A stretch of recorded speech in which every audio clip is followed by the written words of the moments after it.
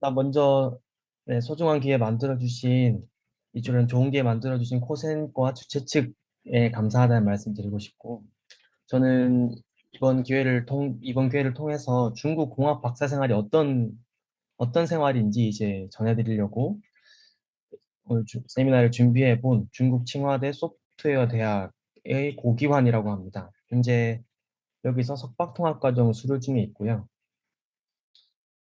네, 오늘 세미나는 크게 네 가지로, 네 파트로 죄송합니다. 네, 크게 네 파트로 나눠져 있는데, 먼저 뭐 관심 없으실 수도 있겠지만, 제 소개를 간단하게 해드리고, 그 다음 중국 이공계, 공학계 박사 생활의 장단점이 어떤 게 있는지 소개해드리고, 그 다음으로 중국 대학원 시청에 관심 있으신 분들은 이 중국 대학 신청 가이드를 통해서, 간단한 중국 대학 신청의 타임라인이라든지 가이드를 들으시고 참고하시면 될 것 같고요. 마지막으로 결론 내리고 그리고 사전 질문에 대한 대답과 그리고 실시간으로 듣고 계신 분들의 질문해 주시면 제가 대답해 드리는 그런 시간을 가지도록 하겠습니다.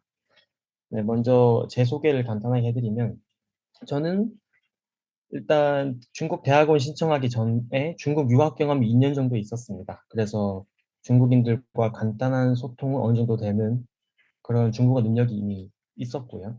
그리고 성균관대학교 인공지능 융합 전공을 졸업했고, 그리고 뭐 학점은 저 정도 있고, 뭐 낮은 편 아니지만 코로나 학점인 걸 고려하셔야 돼요. 그리고 교내 활동으로는 연구실 내 인턴 2학기 했었고, 대외 활동으로는 교회대회 우수상 1회 정도 했었습니다.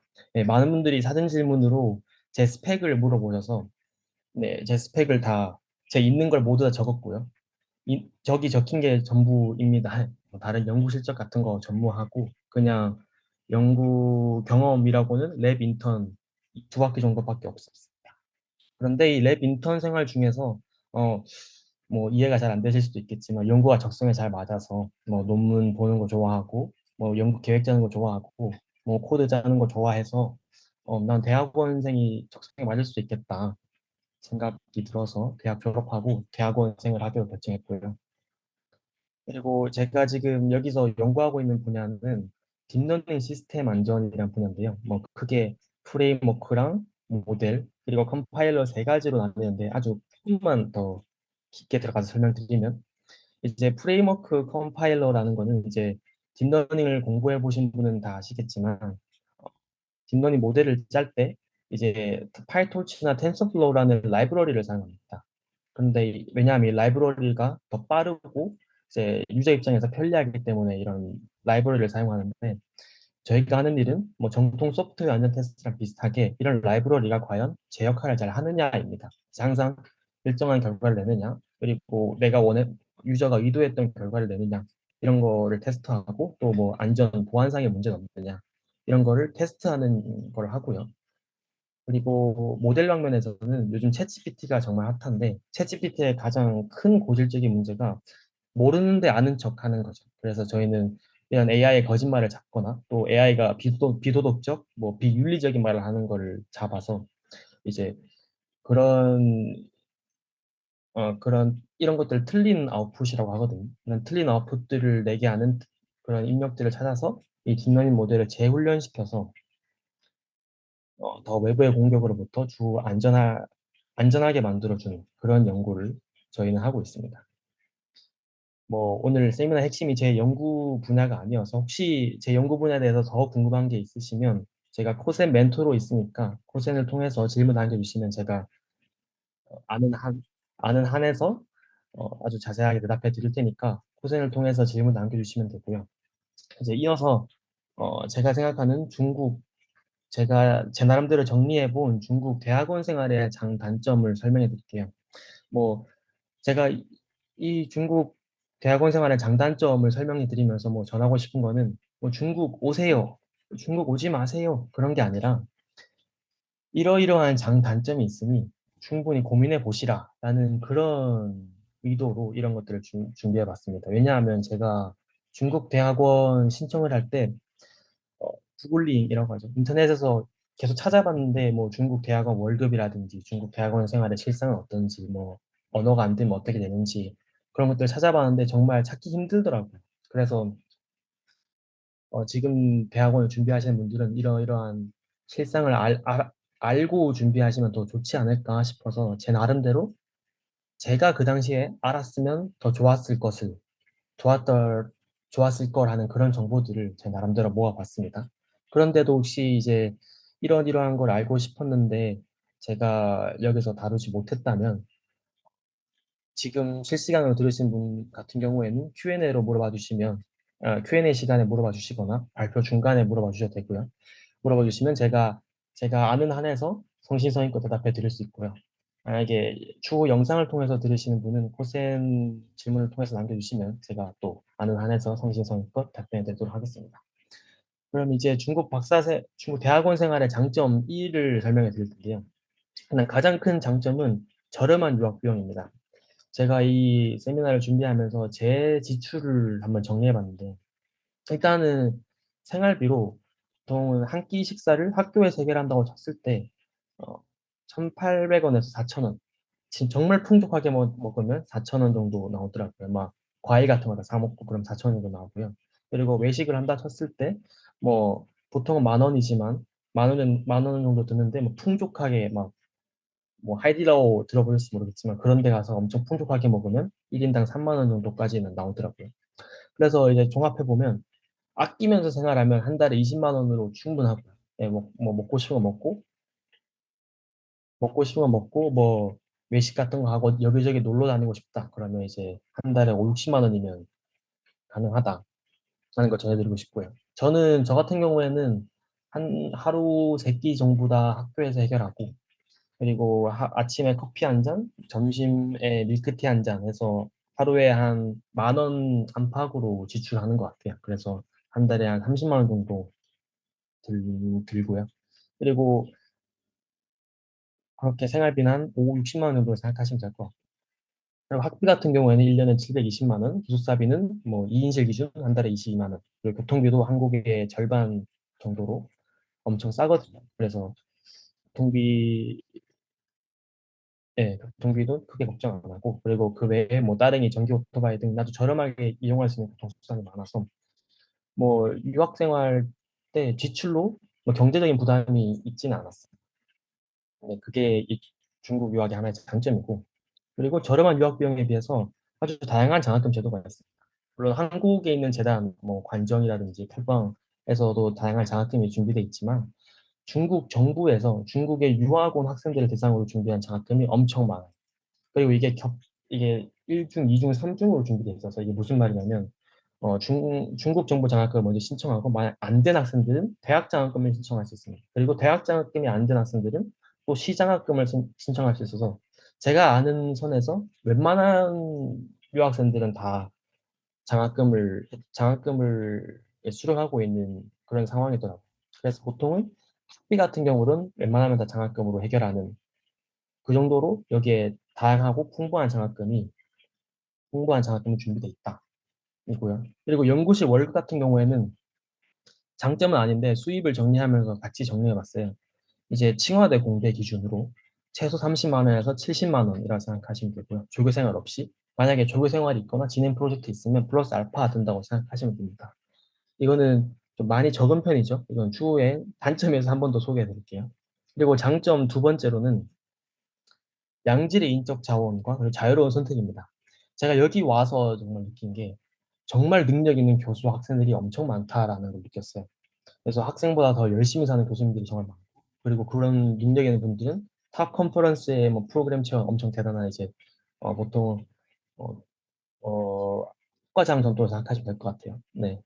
대학의 학과장이라면 타 컨퍼런스의 PC랑 비슷한 그런 위치라고 생각하시면 될 것 같고 타 컨퍼런스의 PC거나 또 이제 연구실에 뭐 1년에 뭐 타 컨퍼런스에 뭐 논문 수십 편 퍼블리시하는 것도 다수 있고요.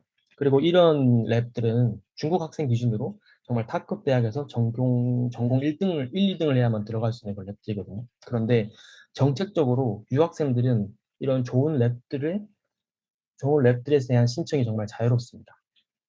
네, 정말 자유로워요. 그래서 정말 우수한 사람들과 양질의 인적 자원이 있는데 우리는 더 자유로운 선택을 할 수 있다. 그게 저는 아주 큰 장점이라고 생각하거든요. 왜냐하면 제 개인적으로 이 좋은 대학을 가는 이유, 그리고 더 대학의 그런 이름값을 높이는 이유는 솔직히 더 능력 있고 좋은 사람과 함께 하기 위해서라 생각하는데, 이곳에는 더 정말 능력 있고 좋은 사람들이 있기 때문에, 있고 저희 유학생들은 더 선택이 자유로워서, 정책적으로 선택이 더 자유로워서 아주 좋지 않나. 네, 그렇게 생각하고요. 제가 중국 유학을 준비할 때도 미국 유학도 생각을 했었거든요. 근데 제가 미국 유학을 준비할 때는 솔직히 말하면 교수님보다는 펀딩이랑 스콜러십에 더 신경을 썼던 것 같아요. 왜냐하면 미국 유학을 했을 때 펀딩이나 그런 게 없으면 정말 비용적으로 만만치 않으니까. 그래서 좋은 교수를 선택하는 것보다 경제적으로 더 이제 걱정을 했었는데, 중국은 오히려 경제적으로 부담이 적고 정책적으로 이제 랩실 선택이 자유로우니까 더 양질의 인적 자원을 자유롭게 선택할 수 있다. 이게 정말 큰 장점이라고 저는 생각을 하거든요. 그리고 여기에 대해서 중국 특유의 문화인 것 같은데 정말 좋은 분위기와 좋은 연구 환경이 마련되어 있습니다. 제가 듣기로 이제 유럽, 미국 유학 등에서는 약간 개인주의 분위기가 만연해 있다고 들었거든요.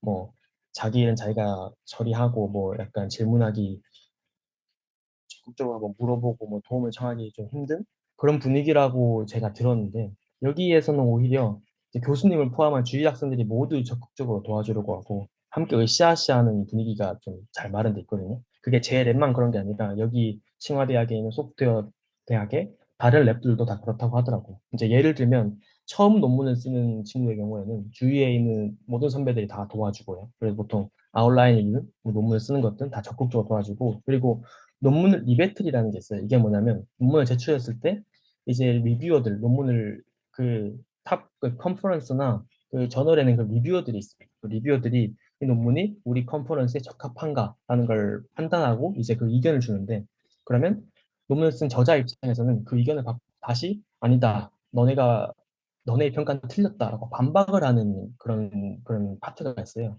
그걸 리베틀이라고 하는데, 저희 같은 경우에는 이 리베틀 때 연구실 내 서로 다른 방향이더라도 적극적으로 뭉쳐서 의견 내주고 피드백 주는 그런 분위기가 잘 형성돼 있고, 그래서 이런 분위기가 다 저희 랩만이 아니라 저희 이 소프트웨어 대학의 다른 랩들도 다 이런 분위기가 마련돼 있어서 정말 성과 내기 좋은 분위기다라고 생각을 했어요. 왜냐하면 일단 기본적으로 정말 좋은 사람들이고 능력 있는 사람들이 있는데, 이 사람들이 다 적극적으로 나를 도와주는 분위기다. 그러면 이보다 더 좋을 수 있을까 하는 약간 이상적인 그런 환경이잖아요. 그래서 유학을 왔는데 제가 적응을 잘하고 좋은 성과를 냈다. 그러면 뭐 성공적인 유학이라고 할 수 있지 않을까요? 그래서 이게 제가 준비한 세 가지 장점이고요. 이제 단점을 설명드릴 텐데, 가장 큰 단점은 가장 큰 단점은 언어 장벽입니다. 솔직히 말씀드리면 중국어 능력은 필수입니다. 중국어 못하면 오지 마라라고 말할 수 있을 정도로 중국어를 못하면 생활이 좀 많이 힘들 것 같아요. 뭐 학교 내 생활을 어찌어찌 가능하다고 해도 학교 밖 생활은 정말 힘들고요. 왜냐하면 학교 밖에 있는 그런 뭐 음식점이나 뭐 다른 서비스 업계 종사하시는 분들 영어를 못하기 때문에. 그런데 뭐 학교 밖 생활은 그렇다고 쳐도 저희는 여기에 언어를 배우러 온 게 아니잖아요. 저희는 이 중국 대학원에 언어를 배우러 온 게 아니라 내가 하고 싶은 연구를 하려고 오는 건데, 내가 중국어를 못 해버리면 학술 관련 토론이 가능은 하지만 아주 많이 효율이 떨어집니다. 네, 여기 있는 학생들도 영어를 잘하는 학생들도 있고 못하는 학생들도 있거든요. 그래서 제가 아까 장점 살면서 말씀드렸듯이 활발한 토론 분위기가, 그리고 으쌰으쌰하는 걸 많이 잘 도와주는 그런 분위기가 중국 대학원의 장점인데, 중국어를 못하면 네, 아무 소용없죠. 아무 소용없다고 없다고 할 수 있을 정도로 중국어를 못하면 많이 힘든 곳이 이곳입니다. 네.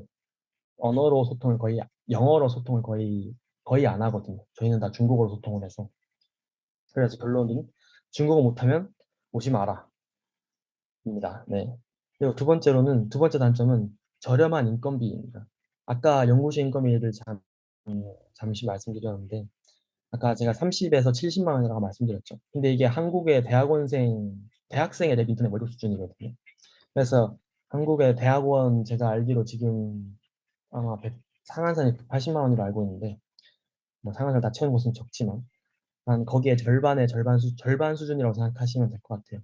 근데 생활하는 입장에서는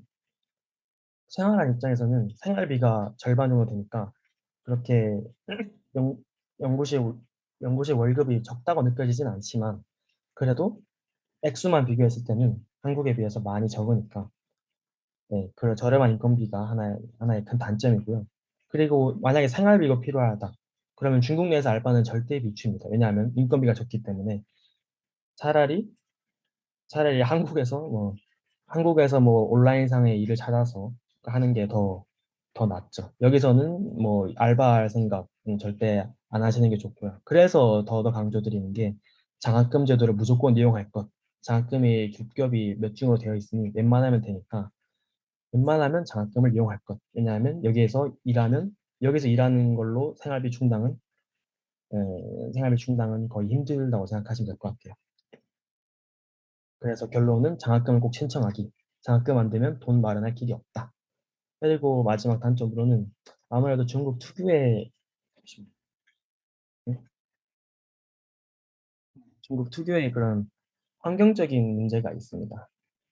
기본적으로 정치적 환경이 중국의 좀 큰 단점인데, 이제 중국 친구들이랑 얘기해 보면 이런 국가적 특성상 그럴 수도 있겠지만 중국 정부에 대한 이야기를 잘 하기를 꺼려 하더라고요. 제가 뭐 중국 정부에 관한 얘기를 하면 그런 조금이라도 그런 여지가 보이면 좀 주위를 막 이렇게 둘러보고 막 대화하기 꺼려하는 그런 분위기가 있습니다. 그래서 정치 얘기는 거의 못하는 그런 분위기고요. 그리고 다른 국가에 비해 많이 폐쇄적이고 심한 통제가 있는 그런 분위기입니다. 이제 예를 들면 어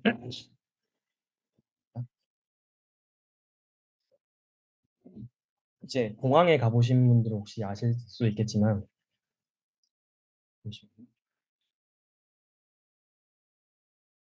네, 공항에 가보신 분들 알 수도 있겠지만 이제 입국하기 전에 항상 짐을 검사를 하잖아요. 짐을 엑스레이를 통해서 검사를 하잖아요. 그래서 뭐 보조 배터리를 챙기지 않았는지 그런 검사를 하는데 여기서는 폭탄을 가지고 있지 않는지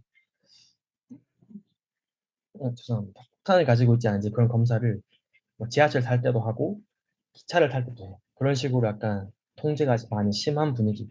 그리고 어디를 가도 중국이 사람이 워낙 많아서 어디를 가도 많은 사람. 네, 이 하나의 큰 단점이고요. 어딜 놀러 갔는데 내가 사람이 적은 시간대를 골라서 놀러 갔는데도 사람이 많은 그런 곳이 중국입니다. 이게 단점 3이고요. 그리고 이제 많은 분들이 편견이 있으셔서 제가 이렇게 사진을 준비해봤는데 제가 살아본 결과 중국의 환경은 이제 겨울 같은 경우에는 좀 많이 공기가 안 좋아요. 일주일 중 이틀은 스모그가 많이 강합니다. 그래서 이제 겨울은 웬만하면 마스크를 끼고 다니는 정도이고 봄 같은 경우에는 한 달에 한 4, 5일 정도 이렇게 심한 황사가 있고 그 나머지는 다 파란 하늘이에요. 그런데 여름, 가을은 서울만큼 공기가 좋다. 그래서 뭐 공기가 안 좋아서 중국 가고 싶지 않아 뭐 예, 그런 거는 편견이라고 말씀드리고 싶고요. 요즘은 예전에 비해서 환경이 많이 좋아져서 환경적으로는 살만하다라는 거 이제 전해드리고 싶고 이렇게 중국의 장점과 단점 세 가지를 다 말씀드렸는데 제가 한번 요약해 보면 중국 유학을 오기로 결정하셨으면 중국 유학의 큰 장점 중에 하나가 아까 말씀드렸듯이 양질의 인적 자원과 자유로운 선택이라고 말씀드렸잖아요. 그래서 꼭 지도 교수님은 신중히 선택하셨으면 합니다. 왜냐하면 좋은 지도 교수는 유학생활 성공 여부를 다루는 아주 중요한 요소거든요. 그리고 또 좋은 지도 교수는 보통은 이제 돈이 많고 인력이 부족하고 여유가 됩니다. 그래서 유학생을 긍정적으로 받아들일 확률이 높고요. 제 경우가 그랬거든요. 그래서 혹시나 이제 칭화대 공대를 생각하고 계시는 분들은 코센을 통해서 질문을 남겨주시면 제가 아는 한에서 최대한 성실성의껏 답변을 해드릴 테니 궁금하신 분 계시면 코센을 통해서 질문 남겨주세요. 그리고 만약에 본인이 중국어를 잘한다. 그러면 중국 여권 강력 추천입니다. 강력 추천입니다. 그런데 만약에 중국어를 아예 못한다. 그런데 영미권 국가가 아닌 다른 곳에 유학 가서 어차피 제 외국어를 배워야 한다. 하는 분들에게는 중국 유학을 추천합니다. 하지만 그래도 중국어를 빡세게 공부하셔야 돼요. 왜냐하면 다시 말씀드리지만, 저희는 언어를 배우러 오는 게 아니라 하고 싶은 연구를 하러 오는 거기 때문입니다. 그리고 통보한 장학금이 준비돼 있으니까 무조건 장학금 신청하시면 웬만하면 된다. 그러니까 이제 중국 중국 대학원 생활 장단점을 요약해 봤고요. 그리고 이제 중국 대학원 신청에 관심 있으신 분들은 이제 이걸 집중하시면 되겠습니다. 제가 제가 신청해 본 그 과정을 되돌아봤을 때 어, 가장 중요한 건 아무래도 지도교수 미리 연락하는 겁니다. 지도교수가 오케이 하면 어, 기본 자격 요건만 채우면 웬만하면 되는 분위기인 것 같아요. 네. 내가 뭐 자기소개서나 연구 계획서도 써야 되지만 뭐 웬만큼 뭐 개판으로 써놓지 않는 이상 지도교수가 오케이 하면 웬만큼 되는 분위기였어요. 제가 면접을 봤을 때 제가 좀 면접을 잘 본 편이 아니었거든요. 막 더듬더듬 거리고. 그런데 마지막에 지도 교수님이 뭐 이러이러 학생은 내가 받아줬다. 뭐 그런 식으로 커버를 쳐주시더라고요. 그래서 지도 교수가 오케이 하면 웬만하면 된다라고 생각하시면 될 것 같고. 그런데 이제 어학 성적 같은 경우는 HSK는 뭐냐면 중국어 능력 시험이고요. 토플은 다 아실 테니까 넘어가고. 이거는 기본으로 채우셔야 돼요. 그래서 지도 교수가 오케이 해도 어학 성적이 없으면 그냥 합격이 안 되는 그런 체제입니다. 그리고 추천서 두 분은 무조건 준비하셔야 돼요. 그리고 부교수 직위 이상이라는 게 뭐냐면 저는 이게 중국 대학만 있는 아주 좀 특이한 제도인데 대학에 이제 교수님들 계시잖아요. 근데 교수들도 직위가 있더라고요. 제가 이거 준비할 때 처음 알았는데 뭐 조교수, 부교수, 정교수 있는데 이제 부교수 직위 이상의 추천서만 받는다라는 그런 제도고요. 저는 왜 이렇게 하는지는 잘 이해가 되진 않지만 어쨌든 그렇더라고요. 그래서 그리고 자기소개서 연구 계획서 준비해야 되고 그리고 제가 입학한 후에 교수님을 통해서 들었는데 입학을 결정짓는 중요한 요소는 일단은 현지 연구실이 여유가 있어야 돼요. 여유가 있다는 전제 하에 이제 이 학생을 볼 때 어느 대학을 나왔는지 먼저 봅니다. 대학의 세계 순위를 찾아보더라고요. 그 다음에 이 학생이 그 대학에서 어느 정도 하는지를 보고요. 이거를 통해서 판단을 하더라고요. 다른 연구 실적 같은 거는 좀 중요하게 생각하진 않는 것 같았어요. 무조건 대학과 그 대학 내에서의 GPA 그리고 대학 내에서의 내 순위를 중요하게 생각하시더라고요. 그리고 이제 만약에 중국 대학원 신청을 하고 싶으신 분들은 이런 타임라인을 따르시면 좋을 것 같아요. 이제 중국 대학원 신청 같은 경우에는 1차, 2차, 어떨 땐 3차까지 있습니다. 24년 9월 입학이라 했을 때 보통 1차는 23년도 10월에서 11월 때 이루어지고요. 2차 신청은 24년도 1월에서 2월에 이루어지고 3차 같은 경우에는 24년도 2월 이후에 이루어집니다. 네, 중국 대학원 신청하기 전에 방금 말씀드렸듯이 교수님 컨택은 필수입니다. 합격에 아주 큰 영향을 미치니까요. 그래서 제가 추천하는 타임라인은 24년 9월 입학이라고 가정했을 때 23년 11월까지 어학 자격증을 따놓는 걸 추천합니다. 왜냐하면 어학 자격증은 기본입니다. 기본 중에 기본이니까 교수님이 오케이 해도 내가 어학 자격증이 없으면 그냥 정책상으로 입학이 안 돼요. 그래서 어학 자격증을 따놓고 어학 자격증을 따자마자 교수님한테 연락을 하는 거예요. 왜냐하면 교수님이 오케이 했는데 내가 토플이나 그런 거 못 따면 좀 그 상황이 좀 어색하니까요. 그래서 어학 자격증을 따자마자 교수님을 연락하고 교수님께 연락드리고 이때 이제 본인 CV를 미리 만들어 놓는 게 좋습니다. 왜냐하면 대부분 교수님들이 CV를 보내달라고 하거든요. 그리고 연락하고 웬만하면 1차 신청하시는 게 좋습니다. 왜냐하면 이 중국에서 가장 폭이 넓고 지원 폭이 넓은 장학금이 중국 정부 장학금인데 이게 1차 신청한 지원자에 한해서만 정부 장학금 신청이 가능하더라고요. 그래서 웬만하면 1차 신청을 하시면 가장 좋은 장학금에 대한 접근 기회가 있으니까 웬만하면 1차 신청하셨으면 좋겠다. 가 이제 제가 준비한 중국 대학원 신청 타임라인이고요. 이렇게 이제 중국 대학원 생활의 장단점 설명해 드렸고, 그리고 중국 대학원 신청의 가이드도 간단하게 설명드렸는데, 네, 제가 준비한 세미나는 이 정도에서 마치도록 하고요. 이제, 이제 궁금하신 것들 질문하시면 제가 가능한 한 성신성의껏 답변해 드리도록 하겠습니다. 그에 앞서서 일단 사전 질문들이 들어와서 사전 질문에 대한 답변을 먼저 해드리자면, 네, 중국 현지 사람들이 한국인에 대한 편견이 있는지를 물어보시더라고요. 근데 제가 이 질문을 듣고 좀 놀란 게 한국인에 대한 편견은 아예 없습니다. 오히려 한국에 대한 긍정적인, 뭐 편견이나 단점 좀 그렇지만 긍정적인 그런 생각밖에 없어요. 왜냐하면 요즘 그런 K-팝, K-드라마가 엄청 세계적으로 좀 저도 몰랐는데 엄청 대단하더라고요. 그래서 한국이다라고 하면 뭐 더글로리 봤냐, 뭐 오징어 게임 봤냐 그런 식으로 물어볼 정도로 오히려 한국에 대한 좋은 생각을 많이 가지고 있더라고요. 그래서 특히 좋은 대학일수록 이제 좋은 환경일수록 편견 같은 건 거의 없다고 생각하시면 되고요. 그리고 졸업 이후의 진로에 대해서 물어보셨는데, 이거는 저도 제가 아직 졸업을 하지 않았기 때문에 제 선배한테 여쭤봤거든요. 근데 한 분한테 연락이 닿았는데 그분은 지금 한국에서 직장을 찾아서 거기서 직장 생활을 하고 계시더라고요.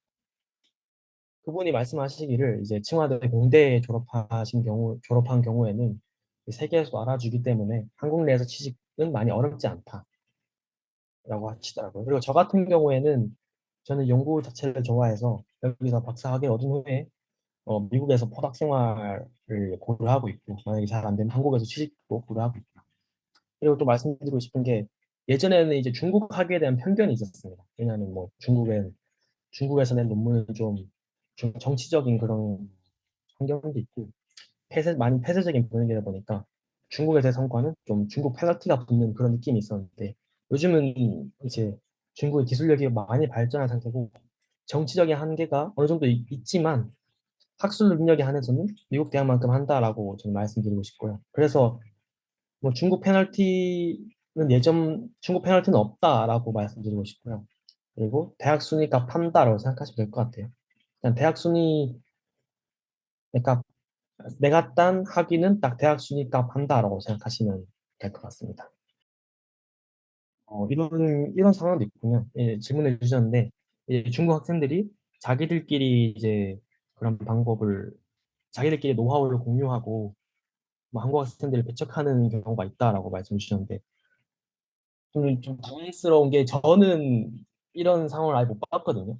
저는 오히려 연구실의 모든 자원을 다 공유해주고, 그러니까 연구실 내 일원으로 받아줘서 이런 상황이 있을 거라고 생각하지 못했는데, 네, 제가 있는 곳은 이런 상황은 아예 없었습니다. 근데 만약 그런 학생들이 있다면 좀 곤란하긴 하겠네요. 근데 제가 듣기로 제가 이제 여기 있는 중국 칭화대에 있는 다른 한국인들과도 얘기를 해봤는데 중국 학생들끼리 외국 학생들을 배척하는 그런 상황이 있다고는 들어보진 못했습니다. 네, 그런 거는 걱정 안 하셔도 될 것 같아요. 네, 이거는 진짜 있더라고요. IF에 따라서 인센티브라기보다는 그냥 저희 같은 경우에는 그 CCF라는 중국 내 기준이 있거든요. 그래서 거기에서 뭐 A급 논문을 내면 A급에 해당하는 그 컨퍼런스나 저널의 논문을 내면 그 인센티브를 좀 주더라고요. 한 몇백 주더라고요. 네. 저는 보고 좀 신기했어요. 있긴 있더라고요. IF에 따라서는 아닌 것 같고 그냥 내면 인센티브를 준다. 라고 생각하시면 될 것 같아요. 근데 이것도 랩반 앱이라서 예, 안 주는 것도 있고 주는 것도 있고 그리고 첫 논문에 해당해서만 주는 경우도 있고 이건 잘 모르겠어요. 이건 제가 자세하게 안 물어봐서 일저자와 교신저자에게만 주는 건가요? 라고 물어봐 주셨는데 어,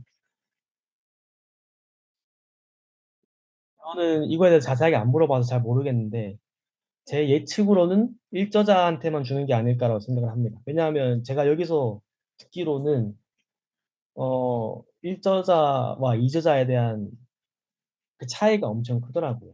이제 내가 이 논문의 이저자다라고 하면 좀 아예 많이 안 쳐주고 오히려 요즘은 공동 저자가 있잖아요. 공동 저자에 대해서도 좀 의심을 하는 그런 분위기가 있어서 공동 저자보다는 차라리 확실한 일저자를 선호하는 분들도 계시더라고요. 선호하는 학생들이 많더라고요, 여기. 그래서 아마 일저자한테만 그 인센티브를 주지 않을까, 그렇지 않을까 생각하고요. 그리고 또 질문 있으신 분은 또 언제든지 말씀해 주세요. 그리고 아니요. 질문 있으신 분들 언제든지 말씀해 주세요. 또 지금 질문이 생각 안 나신 분들은 나중에 추후에 질문이 생각나신다면 코센을 통해서 질문 남겨주시면 제가 언제든지 성시성의껏 답변해 드릴 수 있고요. 그 또 다른 분들이 타국 생활 적응을 물어보셔서 솔직히 이거는 유학생들의 다 공통적인 고민거리라 생각하는데 저는 타국 생활 적응에서 가장 핵심은 오픈 마인드라고 생각을 해요. 제가 생각하는 오픈 마인드가 뭐냐면 뭐 할래라고 물어봤을 때 난 안 돼. 이거 못할 것 같아가 아니라 나는 이거 잘 못하는데 배워볼게라는 이런 태도가 중요하다고 생각을 하거든요. 그래서 이런 오픈 마인드를 가지고 있으면 그 중국 학생들, 현지 학생들이 나한테 접근하기도 더 편하고, 나도 이제 더 많은 기회에 접할 수 있고, 또 적응하기 더 편하더라고요. 그래서 오픈마인드가 참 중요한 것 같다라고 생각합니다. 아, 네. 학위 후 진로는 어떻게 하실 계획이신가요? 라고 물어보셨는데, 사실 이것도 제가 고민을 많이 하고 있어요, 아직. 음, 사실 고려해 본 것들이, 제가 가능한 선택지를 다 말씀드릴게요. 일단 선택지 1로는 한국에 돌아가서 직업을 찾는 게 있어요. 이게 선택지 2이고, 선택지 2는 중국에서 직업을 찾는 게 있어요. 그리고 선택지 3은 미국에 가서 이제 포닥을 하고 거기서 직업을 찾는 게 있어요. 왜 포닥을 해야 하냐면, 일단 영어를, 영어에 대한 그런 언어 장벽도 있기 때문에 포닥 생활을 하면서 이제 영어에 익숙해지고 그쪽의 연구 경험을 통해서 이제 직업을 찾는 거죠. 이렇게 크게 세 가지가 있는데, 왜 중국을 생각하지 않느냐면, 어, 생각보다 이제 중국 기업은 돈은 많이 줍니다. 돈은 많이 줘요. 한국의 대기업만큼 줘요.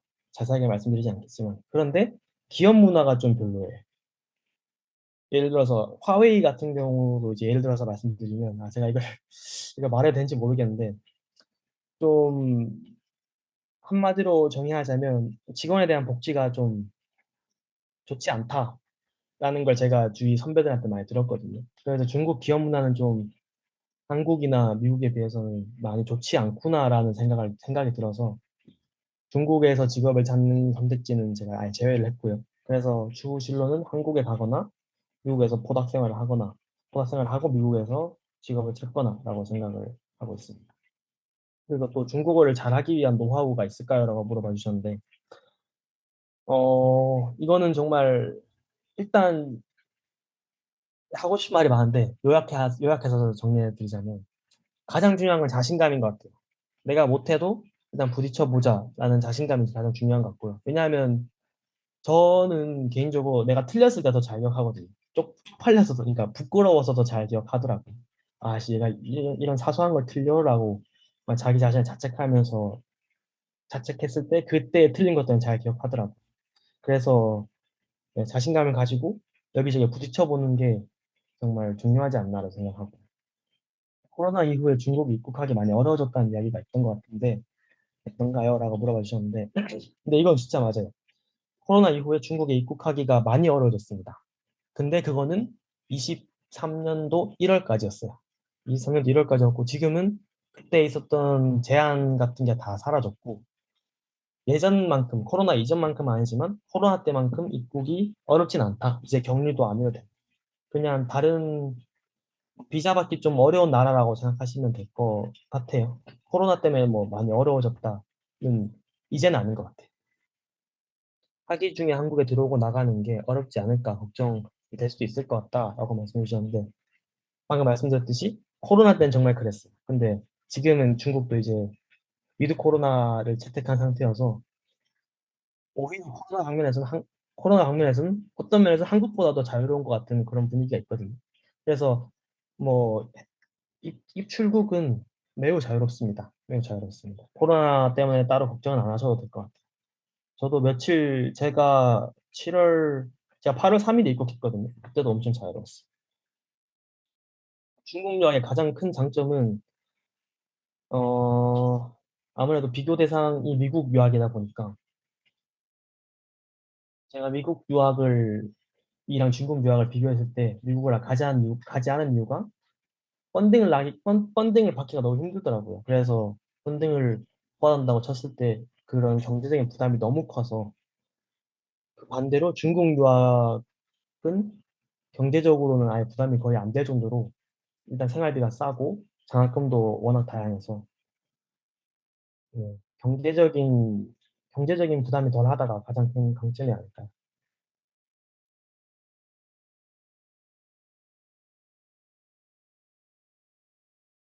이것을 물어봐 주신 게 박사급 연구원에 대한 페이가 한국과 비교하면 어떤가라고 물어봐 주셨는데 한국과 비교하면 많이 적습니다. 네, 그런데 중국 내에서 생활하기에 문제는 없습니다. 제가 알기로 박사가 지금 240인가 280인가 모르겠는데 엄청 많더라고요. 많이 받더라고요. 근데 이제 또 생각해 주셔야 되는 게 제가 있는 곳이 중국 칭화대잖아요. 이제 중국 칭화대는 한국의 카이스트라고 생각하시면 돼요. 그래서 다른 중국 대학들이 중국 칭화대보다 받는 돈이 적으면 적었지 중국 칭화대보다 많지는 않을 거거든요. 그래서 중국 전체적인 대학의 페이 수준이 한 30에서 70만 원 정도 생각하시면 될 것 같은데 네, 근데 한국의 박사들은 한 180 그 정도 받으니까 보통 제가 알기로 180 정도 받으니까 많이 적죠. 많이 적은데 아까 말씀드렸듯이 중국 내에서 생활을 하기에는 부족함이 없다. 네. 우리는 연구소에 취직했을 때도 그 페이가 궁금하시다라고 물어봐 주셨는데 네, 페이는 많습니다. 페이는 한국만큼 주더라고요. 네, 한국의 대기업이 주는 만큼 주더라고요. 제가 이거를 구체적인 액수를 말해도 되는지 잘 몰라가지고 네, 얼버무리는 점 이해해 주세요. 한국만큼 받더라고요. 저는 좀 놀랐어요. 한국만큼 받습니다. 대신 아까 말씀드렸듯이 기업 문화가 좀 네, 좋지 않아서 야근 수당이 없더라고요. 좀 놀랐어요. 야근 수당이 없더라고요. 중간의 분야에서 한국과 중국의 격차가 있을런지 그리고 연구 분위기 차이는 어떤지라고 물어주셨는데 이거는 좀 제가 한국의 최고 대학에서 연구해본 경험이 없어서 좀 말하기 조심스러운데 일단 이쪽 딥러닝 잘합니다. 딥러닝 잘하고 딥러닝만이 아니라 소프트웨어든 뭐 기계든 엄청 다 잘하고요. 근데 물론 한국 기술력도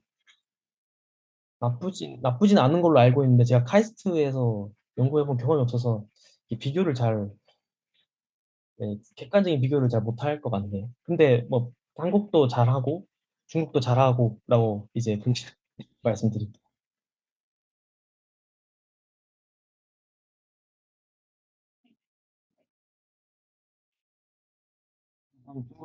중국 유학의 가장 큰 단점이 언어인 것 같아요. 중국어를 잘 못하면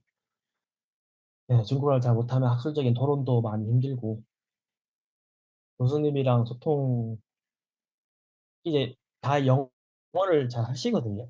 영어를 잘 하는데 이제 칭글리시라고 하죠. 차이나의 CH와 잉글리시를 합친 단어인데 칭글리시의 그런 언어적 강세가 잘 알아듣기 힘들더라고요. 저는 아직도 온지 좀 됐는데 아직도 교수님이 말하는 영어 잘 못 알아듣고 있어요. 그래서 중국어를 좀 잘 해야 되지 않나.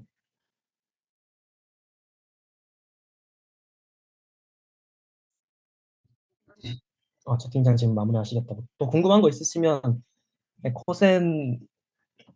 코센을 통해서 물어봐 주시면 제가 적극적으로 답변해 드리겠습니다.